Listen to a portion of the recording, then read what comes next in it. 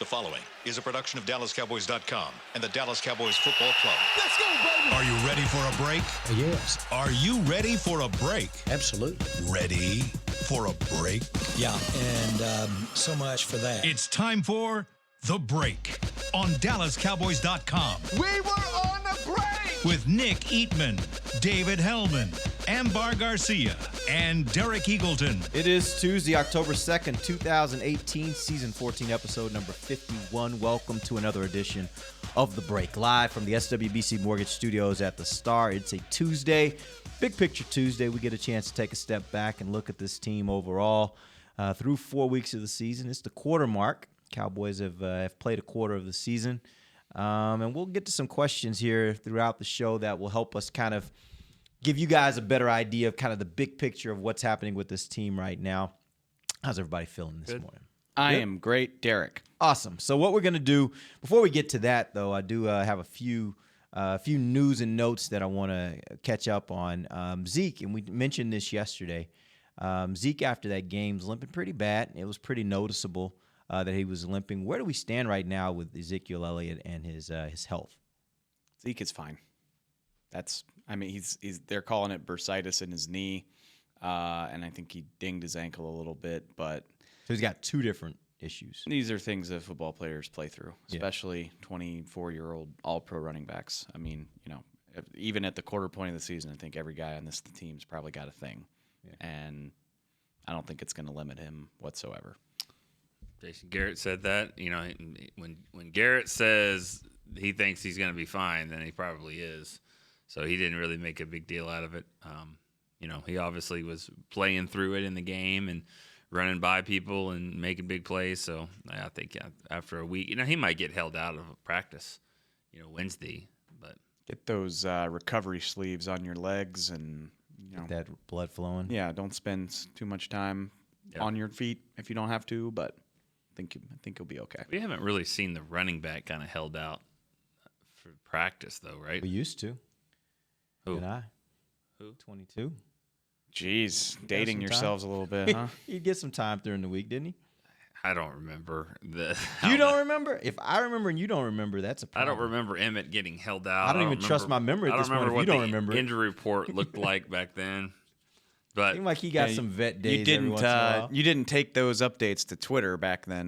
No, you didn't. No, you just kind of walk over to somebody's office and say, "Hey, Emmett missed practice." My point is that when it comes to installing the game plan, as we saw last week, he's a big part of the game plan, and he should be. So I don't know, if it's just Rod Smith does this, Rod Smith does that, but really we know it's Zeke. Yeah. I bet you he'll be fine. Jerry Jones went on the radio this morning and was like, I really liked the workload that he got. I think he should be doing that. I think he can do that. And I think he'll be fine. I hope he's saying that in the meetings when he's talking to the coaches. I hope so, too. So that they understand that the boss would really like to see this happen a little bit more. Co-sign. I'm with Jerry. I think he said something about Lance Dunbar that one year, right? And then Dunbar got 10 catches in the first game of the season. So, yeah, that happens. They listen. Yeah, hopefully, if they want to keep a job. All right, so let's talk about another guy that's his situation's a little bit different. David Irving, he's returning this week. Dave, you wrote an article about kind of what you should expect and what fans should expect, I guess, here in the short term. And let's look at it from two perspectives. In the short term, for this week, what should you expect? And then going into next week and the following week, what you should expect for a guy that's missed 4 weeks. But this is not unprecedented for him having had to miss 4 weeks before for It's not unprecedented for him having to miss 4 weeks of games. It is unprecedented for him to not have a training camp and not play real football in a long time. Because, he hasn't practiced since the June mini camp. That was 3 half practices. There's no contact there. That's not football. Yeah. No, I couldn't do it. No offense, but it's not football. You could do it. And no, could not. And he missed the final month of last season too. So really, he has not played real football since Thanksgiving. No, not Thanksgiving. The Redskins game the week after Thanksgiving last year. So November 30th was the last time David Irving played a real football snap. So I think a lot of times that's lip service when Jason Garrett says we're just going to take it day by day, but it's true this time. I believe that. And, I know, it's our job to speculate, and people want to know, like, well, who's the cut going to be? I don't think you can sit here on Tuesday morning and say he's even going to be on the roster for this game. I really think you take him through this week. There's 3 days of practice, see what kind of condition he's in. He has been here. He has been working out, to his credit. So hopefully he's in some kind of shape, but that's still not football shape. So I would guess they're going to wait. They have a 1-week exemption. I would guess they're going to wait until Friday or Saturday to make a call on whether they think he can contribute in this game. And only then will they make a roster move. Once he's back, what do you guys expect from him? Let's assume that we get to next week. Let's assume they don't do anything this week. They just pause. What do you expect from him going into next week when he is back and ready to play? Like, does he immediately jump into that rotation? Is he immediately the guy that's going to be out there at the beginning of the game? Like, what do you expect to see from him? Well, I think that the difference is because the last time he was here, they didn't have Gregory. And because of Gregory, I think that it has forced Tyrone Crawford more inside. So he's not really a one-technique guy, but no, he's a put him on the field yeah, guy. he's put him on the field. He's a player. Just find a place. Yeah. Play him wherever you can. I like him more at tackle than end, but get him on the field, whatever. Yeah, he was dominant one game at end against the Buccaneers. I believe he was just killing that right tackle over there. So he's that's a good way to say it. Put him on the field type of guy, and they'll find a spot for him. We'll see what kind of what kind of shape he's in, and I don't know about this week or next week, but whenever he's out there, he's immediately in the rotation. Does he get forced back into the rotation because of Antoine Woods, because of Malik Collins? Both those guys are injured as of now. He gets forced back in the rotation because he had 7 sacks in 8 games. No, I'm saying even as of this week, even though you may think he's not quite ready, yes, does that force him back in to at least take some snaps? And there's a lot of moving parts here. Antoine Woods hurt his calf. They don't know for sure what he's going to be able to do. They're optimistic he can practice. If his injury is better than they think, then maybe you keep Irving on the shelf for an extra week. Or if Irving comes out and is just gangbusters, then even better. Malik Collins is in there. Yeah, there really are. That's why, like I said, this isn't lip service. Like, Malik Collins could be coming back. If Irving's conditioning is good, you could cut Karan Reed, who you just signed to get through this thing. True. If Malik is still not there or Antoine Woods is still not there, then you obviously keep Karan Reed, which could force Irving into playing even if he's not ready. Or if all of that works out, you could maybe part ways with one of your 25 wide receivers. It really does depend, and that's why I don't think there will be a firm answer on it until later in the week. It doesn't seem like Karan Reed buy a house, I would guess not. He's staying at the Omni. That's the one guy. There's a hotel over here. You might just want to get a room there. Don't settle in. Don't even unpack. Just leave your stuff. How many tackles do they have? They got Malik, they got Woods, they got Ross, they got Karan Reed, and then Crawford and Tyrone. Yeah, so really 5, and then he'll come in here. So technically you don't even need 5. You need 4. So I don't know. I kind of thought all along. I thought when Daniel Ross made the team, I thought that might be a situation for Irving when Irving comes in, and he could be too. If everybody else is healthy, again, that's. But you're right. You're a little heavy at receiver. A little bit. Tight end. Yeah. The other thing too is it's worth mentioning. So let's just assume Irving doesn't go in this game. Which, if I had to bet right now, I think they'll find a way to get him up for this game. 7 sacks in 8 games and I think I've heard 2 different Cowboys officials call him like a super freak or something like that this week. So I think he'll be ready. But even if he's not, then he automatically reverts to the roster on Monday, and somebody has to go. So they don't have to do anything this week if they don't want to, but he will be on the roster Monday. Let's move topics. I want to talk a little bit about the safety position. I teed this up yesterday when we were talking about the safeties and really talking about it from the standpoint of the issues that the Cowboys had this past Sunday at safety, particularly, in my opinion, Jeff Heath, who I think, to be honest with you, I think before this game had a pretty good season. Those first 3 games, I thought he played pretty well. Yeah. This was not one of the games that he'll send home to mom and say, Mom, look at how well I'm playing football for the Dallas Cowboys. It just wasn't a great day for him. He had missed tackles. He had situations where, like the touchdown, where he just misplayed the play, right? Yeah. So not like him, but it was what he put out there. And just looking at the safety position, I guess the big overall question I have for you guys is, do you think that even though this defense overall has some pretty good spots, some really good spots, do you think safety has to be the potential to, as Bill Parcells used to say, hold you hostage? Like literally make your defense not as good because of one position, because of one player or one position? Yes. Yeah. Unequivocally. That's the one that it could be a touchdown, 70 yards if one guy doesn't do his job. And that's, which I apologize, Derek, I haven't had a chance to actually chart it, but like you don't need to in some degrees. Like I feel perfectly confident saying, I think I said this yesterday, but like those 40 and 50 chunk yard touchdowns were that, if you can give Rod Marinelli credit for one thing, even when his defenses here haven't been good, they don't give those up. Barry Church was great at preventing those plays from going the distance, and they've managed to keep a lid on it for the most part over the last 5 years. 3 in the last 2 games. Golden Tate torched him. Tyler Lockett torched him. Like, it's weird to see that. Yeah.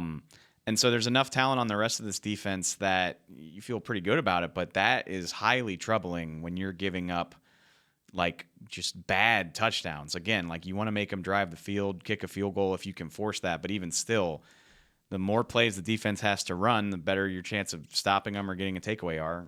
45 yards and a touchdown, one play, it's disastrous. Yeah.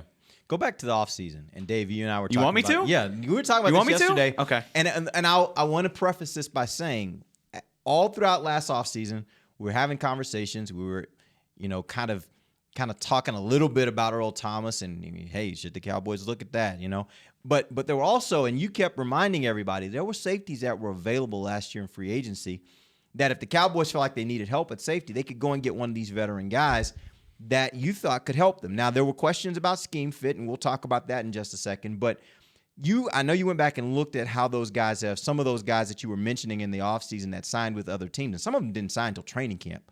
So you had opportunities all the way up through training camp. But you went back and looked at how some of them have performed so far here in the early part of the season. Let's talk about that a little bit. Give me some of those guys and tell us how they've performed so far this year. Some of the guys the Cowboys passed up on. I want to preface this by saying, like, I'm not here to come for Jeff Heath, because I think he would be a starter on this team even if you had added another safety. And I think when he's healthy, he's good more often than he's bad. He played really poorly against Detroit. He's dealing with about 3 different injuries. I'm not trying to make excuses for the guy, but I've seen him make plays before. Yeah, so, and I'll say this real quick, throw that in. I've heard Nick say this before, and I think it's wholeheartedly true. If Jeff Heath is your second or third best safety, yes, you're in a great situation. Yeah. When Jeff Heath is your best safety, now you're a little bit more worried. I'll take that a step further and say, if he's the worst player in your secondary is probably pretty good. Yeah. And if he's the best, it's probably pretty bad.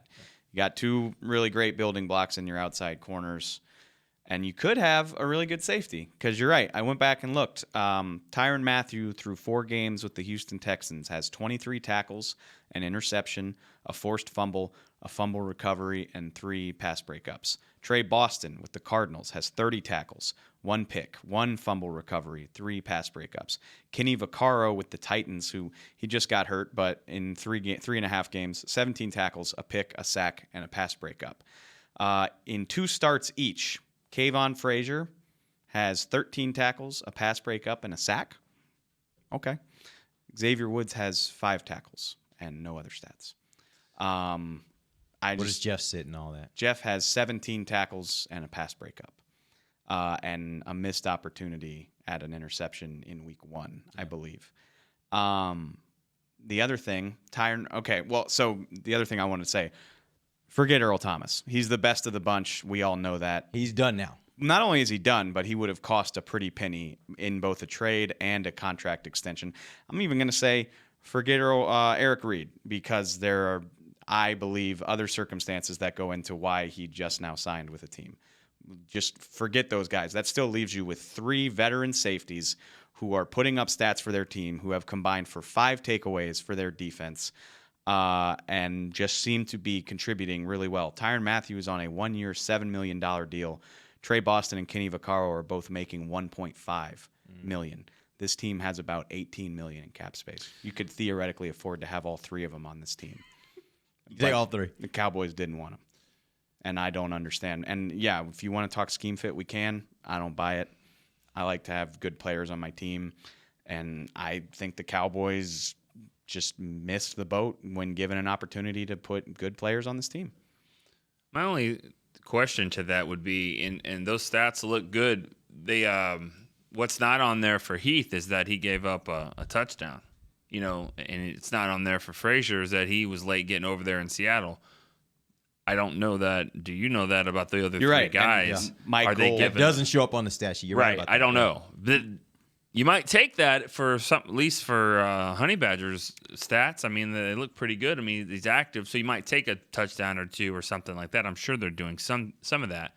My goal at the end of I want to chart the way these guys are playing. Sit down with Game Pass. I haven't had time. I'm sorry. So you're right. It's not fair to just go off of stat sheets, especially for a position like safety where so much is dependent on other things. But it looks pretty good now. I mean, they're going to have to give up a bunch of touchdowns each to make that argument I think what you said is perfect. They're active. active. Yeah. I don't know that the guys on this team are active enough. And yeah, I mean, if you're going to give up a touchdown, at least come up and make. I mean, Trey Boston's got 30 tackles.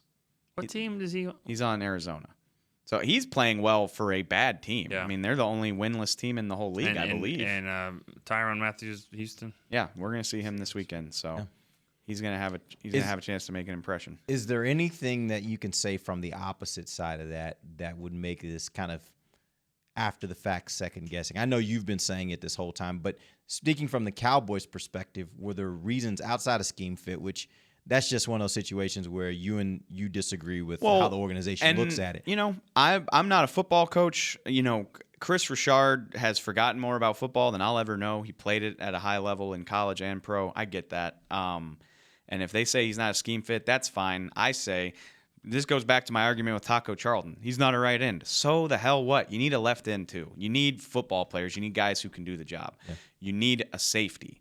If Jeff Heath has to play free because these guys aren't suited for it, so be it. Maybe I'd still rather have two proven, competent safeties and one of them's not a scheme fit than throw Kayvon Frazier and Xavier Woods to the Wolves. Yeah. Like, literally, that's what I've said all along is even when this team feels good about a player, they're usually pretty good about bringing in competition for him. They do it everywhere else. And these young guys they were like, nope, you're it. We feel great about you. Better go do it. And it doesn't look great through the first month of the season. It's pretty arrogant when you think of it like that. When you think, well, we don't want to sign Tyrann Mathieu because it doesn't fit our scheme, but yet we're going to play Xavier Woods, who's unproven, and Kayvon Frazier into this scheme. Why not change the scheme a little bit then? You know what I mean? That's exactly. Or give it a shot to see if he could fit. Yeah. I mean, he is a pretty good athlete, so maybe he could fit if you bring him in and try him out. Like, I just thought that the Cowboys didn't leave themselves wiggle room. I'm okay with the idea of them going into the season saying, hey, we really want to give this young guy a shot. But to me, that's no reason why you wouldn't at least take a vet with you to training camp and maybe have that vet on the team so that in this kind of situation where you are right now, you've got options. You wouldn't have had to play Kayvon Frazier in that last game where he got beat there in Seattle. Like, that kind of situation to me was where you could have had a veteran here that gives you more options. What is the worst that could happen? Again, well, I'll even throw the Honey Badger out because $7 million is not an insignificant amount of money. Trey Boston and Kenny Vaccaro are basically making minimum for guys of their stature. $1.5 million? Like, they pay guys more not to play than you pay for that. I mean, I've seen this team cut Jasper Brinkley, Nolan Carroll, DeMontre Moore, Stephen Paya. Bring them in, and hopefully, I mean, you want your young guys to outplay them, but that's the way this works. That's the way they do it at every other position is they bring in competition. And if we got to pay a guy $1.5 million to get cut, that's just the cost of doing business. But now you don't have those options, and through 4 games, they're not awful, but they have not looked like what you hoped they would be. I think deep down, I think the Cowboys always thought they were going to get Earl Thomas. There you go. And that's exactly what I was just about to say. I agree with you. Because that's the only reason, like you just said, at every other position, that's what they do. They go out, they get competition, they try to create competition.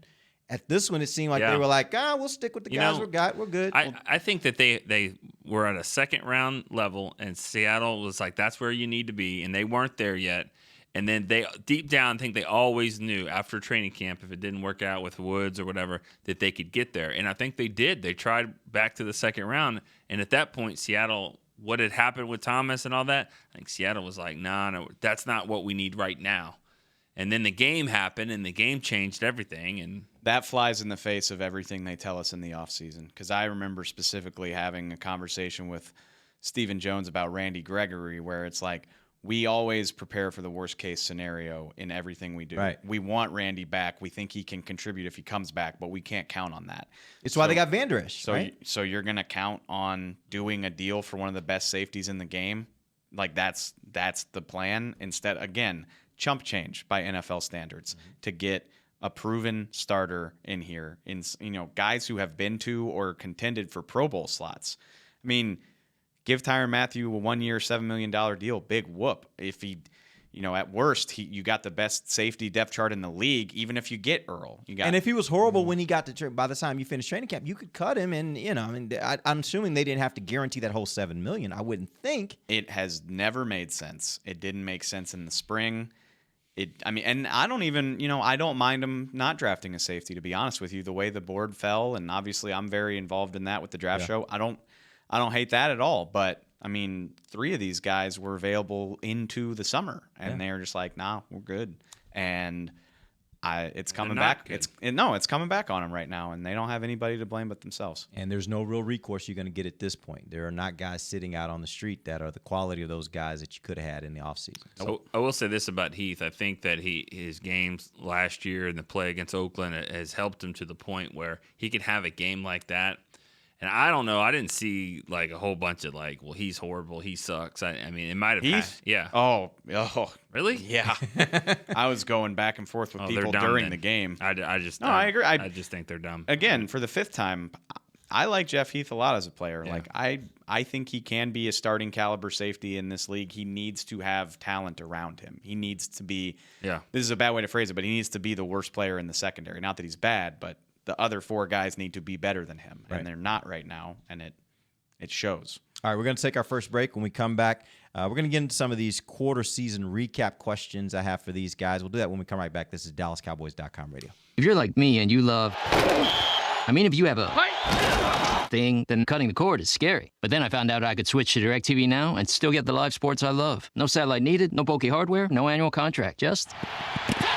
Get the live sports you love. Try DirecTV Now for $10 a month for 3 months. Visit DirecTVNow.com. DirecTV Now. More for your thing. That's our thing. Use code REALDEAL. Limited time. Price for little package. After 3 months, renews monthly at full price. Currently minimum $40 unless canceled. Prices may change. New subscribers only. Cancel anytime. Content varies by package and may be limited. Restrictions apply. Star Sports Tours is the only official fan travel partner of the Dallas Cowboys, offering exclusive game weekend travel packages with sideline access and photo ops with current players, alumni, and cheerleaders. That's not all, though. You'll get to talk X's and O's with Senior Director of Player Personnel Will McClay, and of course with yours truly, me, Brian Broaddus. You can trust the official fan travel partner of the Dallas Cowboys, and with us, you'll travel like a pro. Visit cowboystravel.com to book your travel package today. Want to use what the pros use? How about the official men's skincare brand of the Dallas Cowboys, Jack Black? Right now, you can get the Jack Black Playmaker, a curated collection of Cowboys locker room favorites for just $10 with free shipping. The Playmaker includes 4 Jack Black skincare favorites, plus a full-sized Intense Therapy lip balm and a Cowboys can cooler. Go to getjackblack.com/Cowboys and use the code word Cowboys. The Jack Black Playmaker, $10, free shipping. While a player can look good on paper, it's when he's out on the field that you really find out what he's made of. That's why the Cowboys rely on more than stats and scouting reports when building their team. When picking a tractor, it's why you should rely on more than specs and features as well. You got to take it out and put it to the test. The Cowboys did when they named John Deere their official tractor. To experience one for yourself, visit your local Texas John Deere dealer or go to myjohndeeredealer.com/football. Back to the break. Welcome back. Second segment of the show, live from the SWBC Mortgage Studios at the Star. Nick, take it away.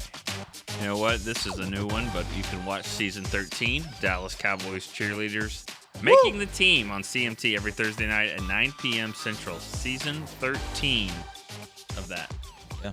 That show has some really good ratings, actually. I was kind of shocked, but You don't a lot get of people to are see. into that. I mean, you don't get to season 13 of anything without it. Good point. I want to say it's the highest rated show on CMT. I want to Ever? say no. I'm saying maybe ever, but It's gotta I'm be saying 13 ever. seasons on that. I didn't even know CMT was around for 13 years. This is where I would make snarky comments about Don't. country music, but I'm not going to. I won't. That's just like MTV. They stopped doing videos a long time ago. So Yeah. I don't know if they do videos on CMT or not, but I know that they do. Dallas Cowboys cheerleaders making the team, and they've done it for 13 straight years. Yeah, they have. All right, let's get back into it. I have some questions for you guys. We're at the quarter mark of the season. Cowboys have played 4 games of the 16 on the schedule. And so I have some questions for some different players and different parts of the team, and I want you guys to answer them truthfully and with all honesty. So let's go. Okay. Right, question number 1. Who is the most improved player for this team through 4 games, Jalen Smith or Byron Jones? Those are the only options. You want to throw in another one that's better than those two? Feel free. Being a smart ass. It's Byron Jones. It is. Why? Because he's the 27th overall pick in the draft. There was speculation about whether his option was even worth picking up. They moved him to a new position that he was not good at as a rookie, and he's been gangbusters. Hold on. If we're talking about speculation, there was speculation Jalen Smith may never walk or run or anything. So if we're playing that speculation thing, then that fair. But improvement from last year to this year. Yes. Because that's the thing. Last year, we saw Jalen play, and he was good in spurts, but when he had to play too much, he was not very good. And this year, he has been very good, and I think he's been very good consistently throughout these games. The stats say that Byron is one of the best outside corners in the game through 4 weeks, and that it is a premium position. It's a position the Cowboys haven't gotten great play at in recent years. Yeah. I mean, it's close. I don't think you can argue that either way. I like what Jalen has done, though. He's much better than he was last year, and the fact that they could win a game without Sean Lee and Van Der Esch is a big part of that too.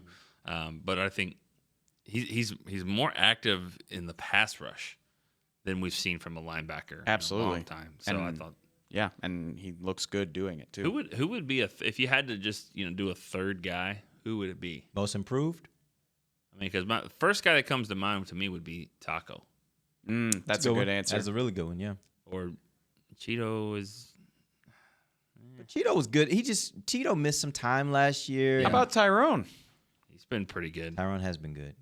I don't know if I'd put him in the category with those other guys. No. Well, we're trying to think. But I think he's been good. Nobody on the offense. No, the only guy I could remotely think of was Swain, but he's just playing more, and Swain is just doing what Swain does, right? I mean, yeah. And that's the thing about Swain. Like, I never thought Swain was a bad player. He's a good player, but he is just kind of that. I shouldn't even say good. He's a solid player. Okay, not from the ability standpoint, really. Just position, number, face. Does anybody else see Swain when they see Kelsey for the Chiefs? Oh, Travis Wait, Kelce. you think he looks like him? I don't know what it is. Not really. I don't maybe see with that their at all. helmets on. I don't see Maybe that. that's what it is. It's not. I'm not talking about production on the field. No, I was about to say like that. No, they would. The Cowboys would kill for that. We haven't talked about that. Like, I thought for sure somebody would be talking about left-handed throws and stuff tonight. That's so good. He's fun to watch, man. He's really fun to watch. It's that on Talking Cowboys. It's as much. There we go. It's as much fun as I've had watching Monday Night Football in a while. But I just figure people want to hear us talk about the Cowboys. No, he's a ton of fun to watch. I was actually watching that game last night, just like he's unreal. Like wow. He's he's already like one of my top 15 or 20 favorite players to watch. Like he has. We're talking about Pat Mahomes for people that might not know. People who listen to this show know how I feel about Aaron Rodgers. Well, like if he's playing, I'm going to try to watch it. Right. Like he's awesome. He's fun to watch. All right, let's move on to the next. Getting better, and Witten is getting better. He was way better last night than in the first 3 weeks. He's still got some work to do. Better for sure. Still got some work They're to do. trying to figure out. You know what? I'll say this: anytime we would ever have a caller, or not a caller, but somebody that would call in on the show, and they're supposed to be a part of the show from the phone, it's kind of hard because sometimes you're over, you don't get to see each other, so you're talking over. That's a dynamic that they're having to deal with because they got 3 people in there. One guy's not in the booth, and so they. And he talks a lot. Like he talks Oh, the guy? as though he's in the booth. Right. So Booger. yeah. So they have to kind of figure that out a little bit. He had Witt had a Romo moment last night on the 4th down. I think it was the game-winning drive, or it was one of the 2 fourth-quarter drives they scored on. They had a 4th and 1, and Witten was like, "They're gonna get him on the move and try to do a boot, and he's gonna have a pass option." And it was the exact play. So yeah, he's getting better. Studies. He knows what he's doing. All right, next question. Most disappointing player, and I'm talking about expectations going into the year, based and then relative to how they've played in the first 4 games. Tyron Smith, Dak Prescott, Lyle Collins. Feel free to throw in another name if you'd like. This is hard. I mean, no. Sean Lee could be up there. Okay. Because Sean Lee really wasn't playing that well except for the one game, and then he got hurt. So he has not provided much for you. Okay. You could throw that in. He won't be my answer though. This summarizes football completely, because given his pedigree, his talent level, his accomplishments, and the way we think about him, is probably Tyron Smith, because you think of him as just this wall. You're not getting past him. He's the best. He's blah, blah, blah. He hasn't played like that at all. He's been very disappointing just because of the standard. But when your quarterback's not playing well, it's everything. And I mean, you got to have good quarterback play. But if your left tackle isn't playing well, does that affect your quarterback's play? No, because I don't think Tyron's been that bad. Okay. Yeah, it's not Atlanta bad. Yeah. No, I was just wanted to make that clear, because I think that could be the natural honestly reaction. If Tyron playing the way he's played the first month is still better than a ton of starters in the NFL. But wouldn't you say that Tyron, if you had to rate them all, would you say, and this isn't about expectations, this is about who's playing the best, wouldn't you say Tyron's number 2 on the O-line? Right now, as far as play? Yeah, I mean, you wouldn't say. Yeah, but I think. Would you say Lyle's playing better? Yes, but here's the problem. No, here's the problem. That's also part of the problem with the offensive line is if he's your second best, then that means the offensive line isn't playing as well as you're accustomed to it playing. You know me, I like to grade on a curve, right. But given who he is and where he's playing, like I put Looney at 2, just because not only is he stepping in for an All-Pro and not sinking the ship, but he's playing pretty well. If Dak doesn't pick up that fumble, we're not sitting here talking about. We're talking about Looney getting beat on that play. So it just kind of worked out like that. Because I thought Looney had a great game, and I think he did. That play right there could have been his last one of the game. Yeah. It's true. But they're all that way. Tyron's got some. I think the answer is Dak. I think he's the best. It has to be. I mean, it might not be fair, but it goes with the dinner. But it's what it is, as Jason likes to say. It might not be your fault, but it is. You're the quarterback. You're going to get too much credit when you're good and too much blame when you're bad. Right. It's just the way it is. All right, who's been the best player? And I know sounds easy, but you got to choose between Zeke and Tank. Who's been a better player? Tank. It's harder to make an impact on the game from that position. Like, you have to be really good to put up those kind of stats. They're both leading the league in their respective categories. Yeah, right. Unless Von Miller. Now, Zeke is leading in rushing with 426 yards. Tank is leading in sacks with 5.5. Also, let's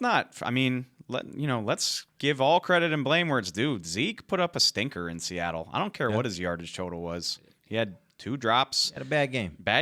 And that tells you a lot. Yeah. 127 yards, and it was a bad game. I think it's, Le'Veon Bell's not playing. It's between Zeke and Gurley for best back in the league. And Zeke's on pace to break his 16 rushing total by a healthy margin. Like, he's great. He's really good. But what did he get that year? It wasn't really a great start for the season. 1651. No, but think about all 4 games. Like, the first 2 games weren't great either. It says a lot, but it says a lot about how spoiled we are since 2013 when it comes to running the football, because 80 yards is a great day for 80% of NFL running backs, and it's nothing here. His pace is, I think, 1704. Yeah, that's his. He ran for 1651 and 16. I think that's also because most teams are probably throwing the ball for 300 plus. Yeah, Cowboys are usually in that 150 to 200. No, range, you're right. Tank hasn't had a bad game yet that I'm aware of. I mean, he's 5.5 sacks, forced fumble, I believe. I mean, he's all over the place. He's great. Yep, he's been the best one. We do a top 10 players of every game for each game this year, and he's been in there every week. Of course, I think he's the only player that's been in there every single game. So maybe Zach Martin too. Yeah. All right, let's take our final break. When we come back, we're going to get our final question. Then we'll hopefully get some questions from you guys. Call us 888-855-2297. Again, it is 888-855-2297. We'll be right back. This is DallasCowboys.com radio. While a player can look good on paper, it's when he's out on the field that you really find out what he's made of. That's why the Cowboys rely on more than stats and scouting reports when building their team. When picking a tractor, it's why you should rely on more than specs and features as well. You got to take it out and put it to the test. The Cowboys did when they named John Deere their official tractor. To experience one for yourself, visit your local Texas John Deere dealer or go to myjohndeeredealer.com/football. Want to use what the pros use? How about the official men's skincare brand of the Dallas Cowboys, Jack Black? Right now, you can get the Jack Black Playmaker, a curated collection of Cowboys locker room favorites for just $10 with free shipping. The Playmaker includes 4 Jack Black skincare favorites, plus a full-sized Intense Therapy lip balm and a Cowboys can cooler. Go to getjackblack.com/Cowboys and use the code word Cowboys. The Jack Black Playmaker, $10, free shipping. Star Sports Tours is the only official fan travel partner of the Dallas Cowboys, offering exclusive game weekend travel packages with sideline access and photo ops with current players, alumni, and cheerleaders. That's not all, though. You'll get to talk X's and O's with Senior Director of Player Personnel Will McClay, and of course with yours truly, me, Brian Broaddus. You can trust the official fan travel partner of the Dallas Cowboys, and with us, you'll travel like a pro. Visit cowboystravel.com to book your travel package today. A man's Stetson doesn't just protect him from life's elements. It projects an unstoppable and legendary spirit, just like the men wearing silver and navy on the field every Sunday. Since 1865, Stetson hats are American-made with pride right here in Texas. They are still the official crown of all self-respecting Cowboys. And Stetson is proud to be on the field with America's team. Find Stetson hats in the Pro Shop or at Stetson.com today. Back to the break. Crunch time is when you've got to stay cool, and nobody's better at keeping you cool under pressure than Tommy John. Tommy John underwear has moisture-wicking antimicrobial fabrics. Hope I said that right.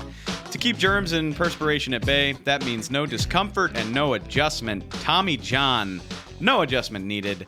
Y'all know where to go. TommyJohn.com/Cowboys, 20% off your order. And you too can be cool and adjustment free like us. I read that same thing yesterday, and I didn't mess with the word. I just left it. I've never heard antimicrobial in my life. I just said, you know what? When in doubt, leave it out. Either one of you guys feel uncomfortable when the word crunch comes up when we're talking about underwear? That makes me a little bit comfortable, just a little bit. You're right. Thanks crunch for bringing it up. Time makes me just feel a little bit. You don't want things to get crunched down there. Like crunch. You don't want crunch your underwear to be crunchy. Rhymes with lunchtime. Yeah. It's even worse. Yeah, not a good look. We'll change that word up. Make sure we change that up for next show. All right, so we're gonna get back into it. We got one more question in our quarter review, and then we're gonna get to some calls. We got a call already waiting. We'll get to that in just a second. But our final question there was the best newcomer. You got Tavon Austin, Allen Hurns, and Leighton Vander Esch. You again, feel free to throw in another name if you choose.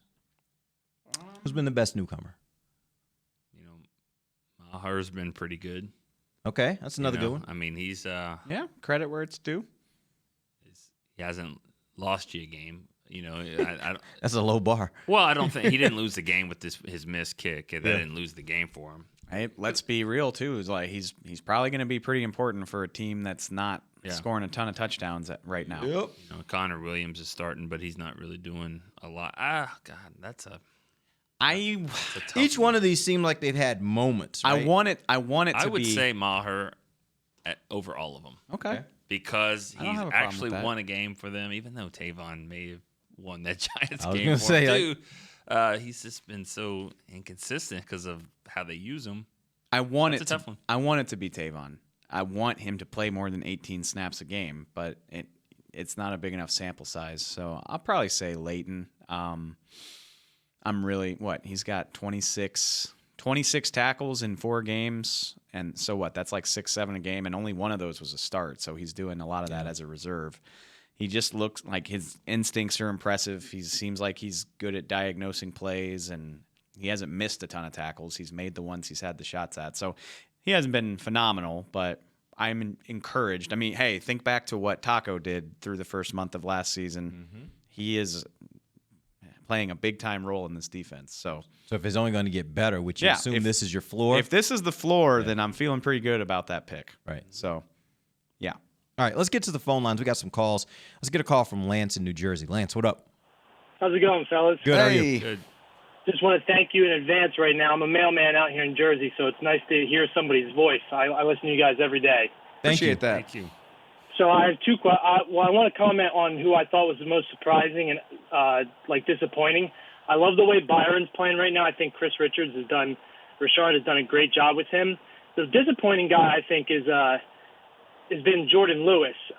I know he hasn't gotten a lot of reps this year, but he hasn't really taken advantage of those reps so far.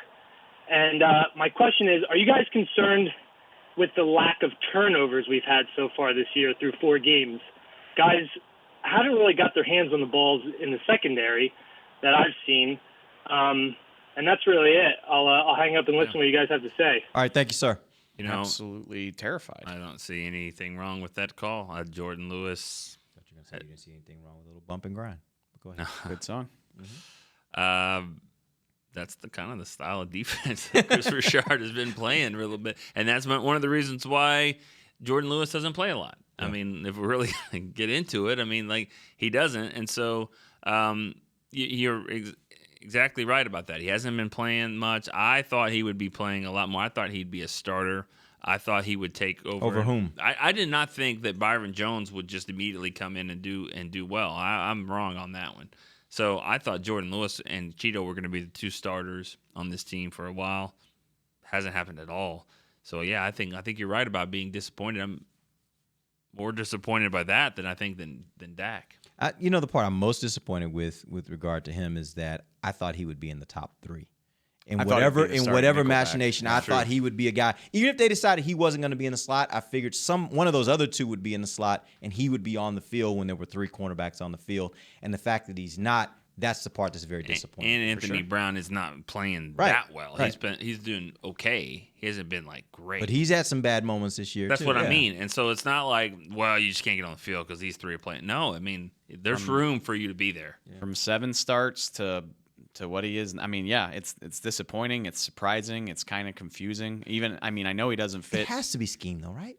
He played well last year. Right. At this point, we know how that position works, too. Like, I have to believe his psyche is a little screwed right now. I saw him in the locker room after the game, and he had about a 1,000,000-yard stare. Like, I mean, he didn't look like they just won a game, and I don't blame him. I mean, he's played 2 snaps now this year, and one of them was a 45-yard touchdown to Golden Tate. Right. So I feel bad for the guy, to be honest. He only played 2 snaps. Yeah. In that game? No, he's played 2 snaps all season. He played 1 snap when Byron came out with a wrist in week 2, and they put him out there in dime last week, and Tate took it to the house, and they were like, no more dime. Sorry. So he's like, that's it. Wow, that is something that can really affect your mental. Yeah, and I mean, I don't want to just make excuses for the guy and act like he's got no part in this, but that can't be good for your mindset. And I'm mystified as to how you go from starting 7 games and playing pretty well to you can't work your way onto the field even as a dime back. As soon as you make him inactive because you don't need him, that's when somebody gets hurt. Oh, no doubt about that. To that point, no, he's absolutely right. Only team in the league with no picks. Only team in the league with no picks. They have got 2 takeaways all year. And that goes back to my rant about these safeties is like you talk about linebackers, you want to be active. These guys don't seem active. Like, I feel like getting takeaways is just about being in the right place. Like, you're not going to diagnose the play and jump in front of the pass every time, but Earl Thomas. You got to be, unless you're a beast. But you got to know enough about what's going on to be in the proximity of the ball so that when Jalen smacks the guy and it pops up, you're right there. Yep. Or when the quarterback just overthrows, you're in the right position to be able to be there and get your hands up and make the catch, right? It's those kind of moments where it's just about being in the right position. I don't want to nitpick Byron and Cheeto too much because I think they've played well, but I'd like to see them start making plays on balls. Byron, it seems like he's great at making like the reactionary play. Like it's his trademark is like that swipe where he just bats it down. But if you could turn that into a way to actually get the ball, even better. I mean, I'm sure it's not easy, but That's super troubling, though. No picks in a month? Not good. All right, we appreciate you guys joining us. We're back tomorrow. We're going to start getting you guys ready for the next game. Let you know what's going to happen in Houston this weekend. Cowboys will take on the Texans this Sunday. It's Sunday Night Football, and it's Cowboys versus Texans. We'll do that tomorrow. For Nick Eatman, Dave Hellman, I'm Derek Eagleton. This has been The Break, live on DallasCowboys.com radio. This has been a production of DallasCowboys.com and the Dallas Cowboys Football Club. How about this, Cowboys? Yeah!